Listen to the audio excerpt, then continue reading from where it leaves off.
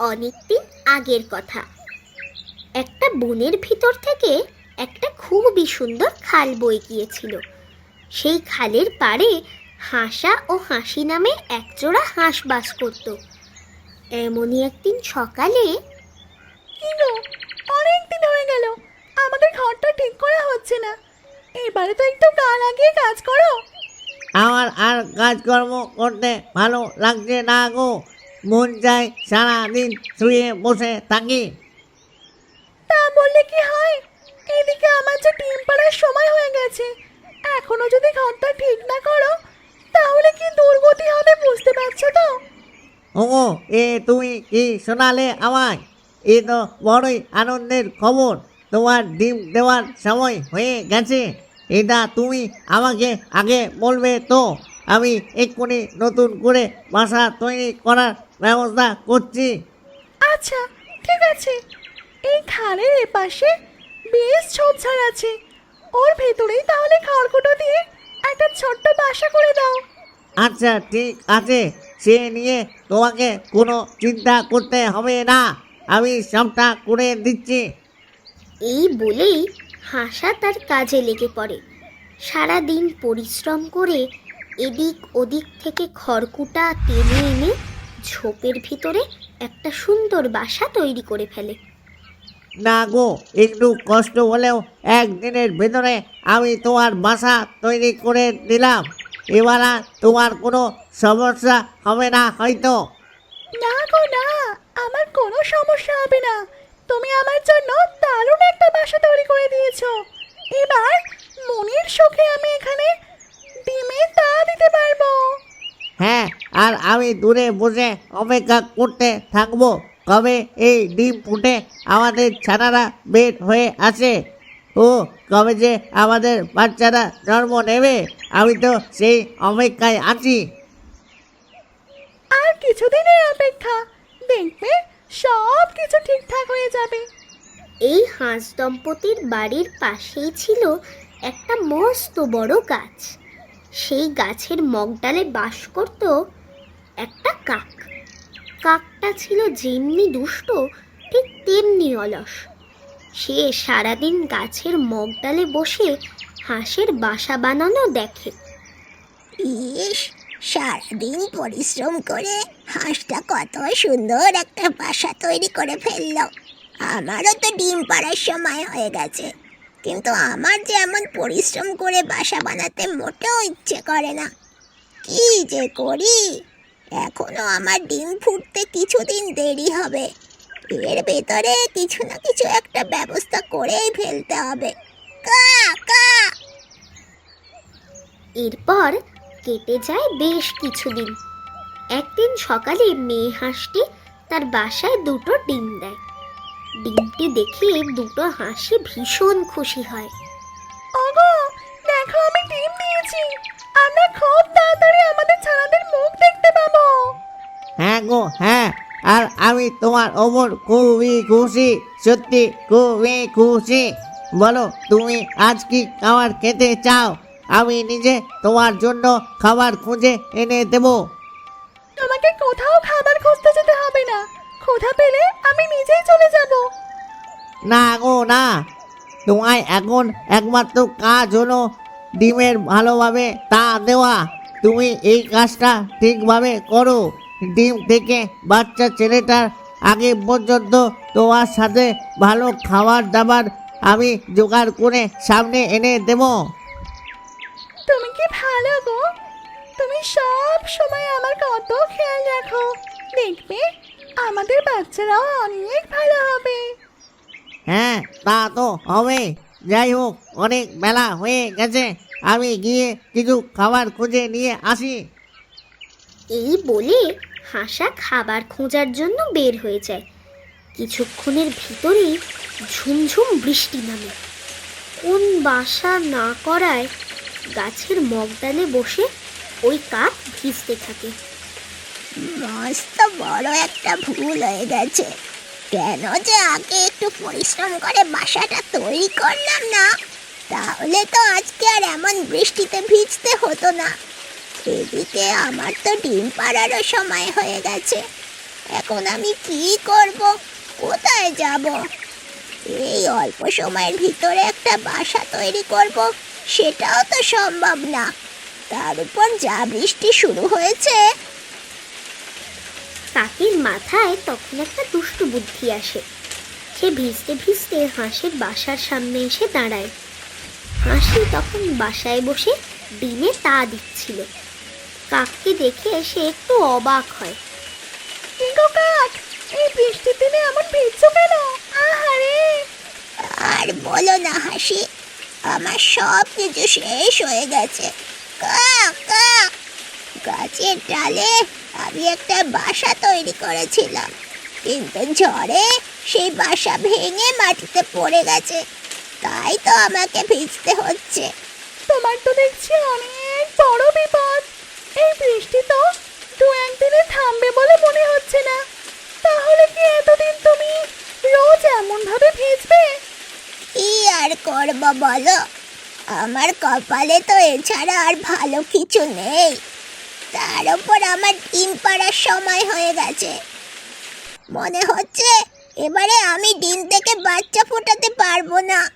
কা কা। কেন গো কাক, তুমি এমন কথা বলছো কেন? তুমি অবশ্যই তোমার ডিম থেকে বাচ্চা ফোটাতে পারবে।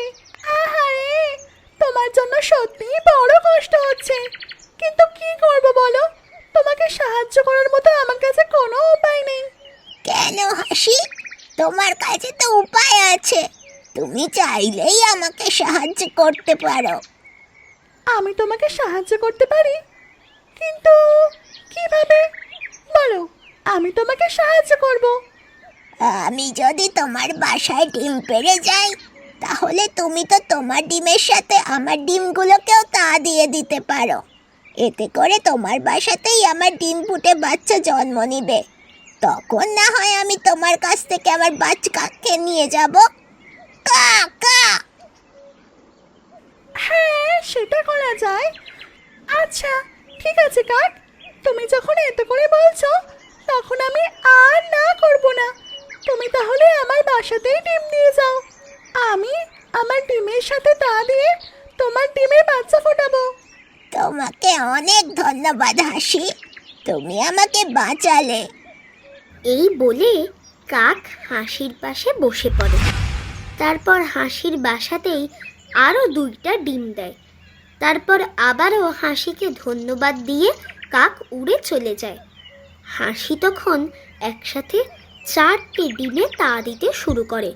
এদিকে গাছের ডালে ফিরে এসে কাকের খুশি তখন দেখে কে। ওহ, আজকে মাথা থেকে যা একটা বুদ্ধি বের হয়েছে না, ওই বোকা হাসিটাকে বলে রাজি করিয়ে ডিম দুটো দিয়ে এলাম। এবারে আমি দিব্যি নিশ্চিন্তে সময় কাটাতে পারবো। আমাকে কষ্ট করে আর ডিমে তা দিতে হবে না। কা কা। ওই হাসি কষ্ট করে আমার ডিমগুলোর থেকে বাচ্চা ফুটিয়ে দেবে, আর দিন শেষে আমি আমার ছানাগুলোকে নিয়ে আসবো। বিকেলের দিকে হাসা বাড়িতে ফিরে আসে। খাবার খাওয়া শেষ করে হাসি সব কথা হাসাকে খুলে বলে। সব কথা শুনে হাসা বেশ রাগ করে। সে তুমি যাই বলো না কেন হাসি, কাজটা তুমি একদমই ঠিক করোনি। এইটুকু একটা বাসা বানাতে আমার অনেক অনেক পরিশ্রম হয়েছে। এই রাস্তায় তো আমাদের ডিম দুটোকেও তো তা দিতে অনেক কষ্ট হয়, আর তার উপর তুমি কাককে সুযোগ দিয়ে আরও 2টো ডিম নিয়ে এলে। আহা, তুমি এমন করে বলছো কেন? কাক বিপদে পড়েছে বলেই তো আমি তাকে উপকার করেছি। আমরা তো তার প্রতিবেশী। আমরা যদি তাকে সাহায্য না করি, তাহলে কি হবে বলো? কি আর করবে এখন? ডিম যখন নিয়ে এসেছ তখন তো তা দিতেই হবে। তবে আমার বড্ড দুশ্চিন্তা হচ্ছে, না জানি কখন কি হয় আবার। তুমি শুধু শুধু দুশ্চিন্তা করছো। এমন কিছুই হবে না। বাচ্চা ফোটার সাথে সাথে আমি তো কাককে দিয়ে দেব। তখন আর আমাদের কোনো সমস্যা থাকবে না। আমরা দিব্যি আনন্দে আমাদের বাচ্চাদের বড় করতে পারবো। এরপর কেটে যায় বেশ কিছুদিন। এমনই একদিন সকালে হাঁসের তা দেওয়া 4টে ডিম ফুটে বাচ্চা বের হয়ে আসে। ছোট ছোট বাচ্চাদের দেখে হাসা ও হাসি দুজনেই ভীষণ খুশি হয়। এতদিনে ডিমে তা দেওয়ার পরে 4টা ডিম থেকেই তো বাচ্চা ফুটে এসেছে। হ্যাঁ গো হ্যাঁ, আজকে আমি খুবই খুশি। দেখো দেখো, আমাদের বাচ্চা দুটো কত ফুটফুটে সুন্দর হয়েছে। হ্যাঁ, ওদেরকে দেখে আমারও বড় ভালো লাগছে। তবে এবারে কিন্তু কাকের বাচ্চা দুটোকে কাকের কাছে ফিরিয়ে দেওয়ার সময় হয়েছে। হ্যাঁ গো, তুমি একদম ঠিক বলেছ। আমি আজকেই বাচ্চা দুটোকে কাকের কাছে দিয়ে আসবো। দুপুরের দিকে কাকের বাচ্চা দুটোকে পিঠে করে হাসি কাকের বাসায় গাছের নিচে এসে দাঁড়ায়। কাক, ওগো কাক, তুমি বাড়ি আছো? তাহলে একবার গাছ থেকে নিচে নেমে এসো। কি গো হাসি, তুমি এই অসময়ে আমার বাড়িতে? কোনো জরুরি দরকার পড়লো বুঝি? আমি তোমার জন্য আনন্দের খবর নিয়ে এসেছি। তুমি আমার বাসায় যে দুটো ডিম দিয়ে এসেছিলে, সেই ডিম দুটো ফুটে আজকে বাচ্চা বার হয়েছে। আমি বাচ্চা দুটোকে তোমার কাছে দিয়ে গেলাম। এ তো বড়ই সত্যি আনন্দের খবর। কিন্তু হাসি, তুমি দয়া করে আমাকে আর একটু সাহায্য করো।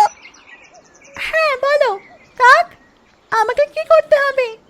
দেখো না হাসি, আমার বাসাটা এখনো ঠিকভাবে তৈরি করতে পারিনি। কা কা, তুমি দয়া করে কিছুদিন আমার ছানাদেরকে তোমার কাছে রাখবে, তারপরে আমি নিজে গিয়ে তোমাদের কাছ থেকে ওদেরকে নিয়ে আসবো। না গো কাক, আমি আর তোমাকে এ বিষয়ে সাহায্য করতে পারবো না। এমনিতেই আমার বাসাটা অনেক ছোট, সেখানে আমরা দুটো বাচ্চাকে নিয়েই থাকার কষ্ট হয়। তাই আমি আর আমার বাড়িতে তোমার বাচ্চাদের জায়গা দিতে পারবো না। ঠিক আছে, তুমি যখন মুখের ওপর নাই বলে দিয়েছো, তখন আমি আর কিছু বলতে যাব না। আমি আমার বাচ্চা দুটোকে নিয়ে নিলাম। তুমি তাহলে এবার এসো। এরপর হাসি চলে যায়, কিন্তু কাক মনে মনে হাসির উপর ভীষণ রাগ করে। এমন ভাবে আমার মুখের ওপর না বলে দেওয়া। কা কা, আমাকে একেবারে বাড়িতে এসে অপমান করে যাওয়া। আমি এত সহজে তোকে ছেড়ে দেব না হাসি। এই অপমানের বদলা আমি নেবই, আর সেটাও আমি আমার বাচ্চাদেরকে দিয়েই নিব। ওই দিন থেকে কাক তার বাচ্চাদের শিক্ষা দিতে শুরু করে, কিভাবে ওই হাঁসের বাসা নষ্ট করতে হবে, তাদের ডিম গড়িয়ে ফেলে দিতে হবে, আর তাদের খাবার নষ্ট করে ফেলতে হবে। এইসব কিছু কাকের বাচ্চারা খুব তাড়াতাড়ি শিখে নেয়। এতদিন ধরে তো আমি তোমাদের শুধু শিখিয়ে গিয়েছি, এবারে তোমাদের পরীক্ষা নেওয়ার পালা। কি বলো বাচ্চারা? আমি তোমাদেরকে যেমনটা শিখিয়েছি তেমনটা করতে পারবে? কা কা। হ্যাঁ মা, আমরা বেশ ভালো করে শিখতে পেরেছি। তুমি যেমনটা বলেছো আমরা তেমনটাই করব। মা, আজকে কোথায় বসে আমাদের পরীক্ষা নেওয়া হবে? আমার শত্রু ওই হাসার হাসির বাড়িতেই বসেই তোমাদের পরীক্ষা দেব। শুনেছি ওরা খাবার জমা করতে শুরু করেছে। তাহলে এবার দেখি তোমরা ওদের জমা করা খাবার কেমন করে নষ্ট করতে পারো। কা কা। এই বলে কাক তার 2 বাচ্চাকে নিয়ে হাঁসের বাড়িতে পৌঁছায়। এমনিতে খুব সকালবেলা হাসা ও হাসি তাদের 2 বাচ্চাকে নিয়ে বাইরে বেরিয়ে যায়, তাই ওদের বাসা খালি পড়ে থাকে। নাও বাচ্চারা, গোটা বাসাটা খালি পড়ে আছে। এবারে তোমরা তোমাদের কাজ শুরু করো। আমিও দেখি তোমরা আমার কাছ থেকে কতটা ভালো শিখতে পেরেছো। ঠিক আছে মা, এখন তাকিয়ে দেখো ওদের বাসাটা কি করে আমি এক মুহূর্তে ভেঙে দিচ্ছি। আর আমি ওদের জমানো খাবারটা কি করে নষ্ট করে দিচ্ছি সেটাও দেখো। বলতে না বলতেই কাকের 2 বাচ্চা হাঁসের বাসা আর খাবারের ওপর হামলে পড়ে। এক মুহূর্তের ভিতর বাসা আর জমানো খাবার দুটোই নষ্ট হয়ে যায়। আর এই দৃশ্য দূর থেকে দেখে ফেলে এক হরিণ। সর্বনাশ! এই কাক তো তার 2 বাচ্চাকে নিয়ে এসে হাঁসের সব কিছু নষ্ট করে দিল। নিশ্চয়ই এই কথা হাসাবাহাসি কেউই জানে না। আমাকে এখনই ওদেরকে খবর দিতে হবে।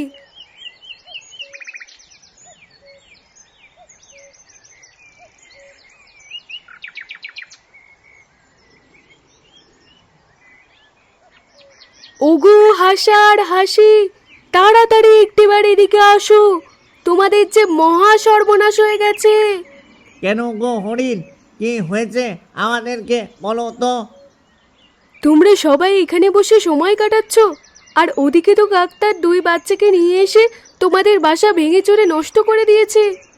কি বলছো তুমি এসব হরিণ? কাককে তো আমি উপকার করেছি, ও কেন আমার ক্ষতি করবে? তুমি আমার কথা বিশ্বাস করছো না হাসি? আমি নিজের চোখে একটু আগে সবটা দেখে এসেছি। আমি তোমাকে শুরুতে বারবার না করেছিলাম যে ওই কাকের ডিমে তা দেওয়া দরকার নেই, কিন্তু তুমি তো আমার একটা কথাও শুনলে না। ওগো, এখন আমাদের কি হবে? এত কষ্ট করে বাসাটা তৈরি করলাম, এতদিন ধরে পরিশ্রম করে বাসায় এত খাবার জমালাম, তা সব কিছু কাক নষ্ট করে দিল। কি যে করবো কিছুই তো বুঝতে পারছি না। আমার মন বলছে ওই কাক আর বাচ্চাদেরকে নিয়ে আবারও আমাদের বাসার ওপর আক্রমণ করবে। আমার মাথায় একটা দারুণ বুদ্ধি এসেছে। যদি তোমরা আমার কথা মতো কাজ করো, তাহলে ওই কাককে শায়েস্তা করা যাবে। বলো হরিণ, কি তোমার বুদ্ধি? এই সময়ে দাঁড়িয়ে সত্যি আমি ওই কাককে চেষ্টা করতে চাই। এরপর হরিণ হাসার কানে কানে একটা বুদ্ধি দেয়।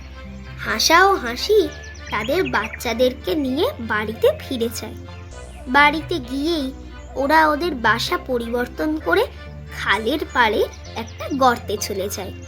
পরদিন সকাল হতেই কাকের বাচ্চা দুটো আবার হাঁসেদের পুরনো বাসায় এসে হাজির হয়।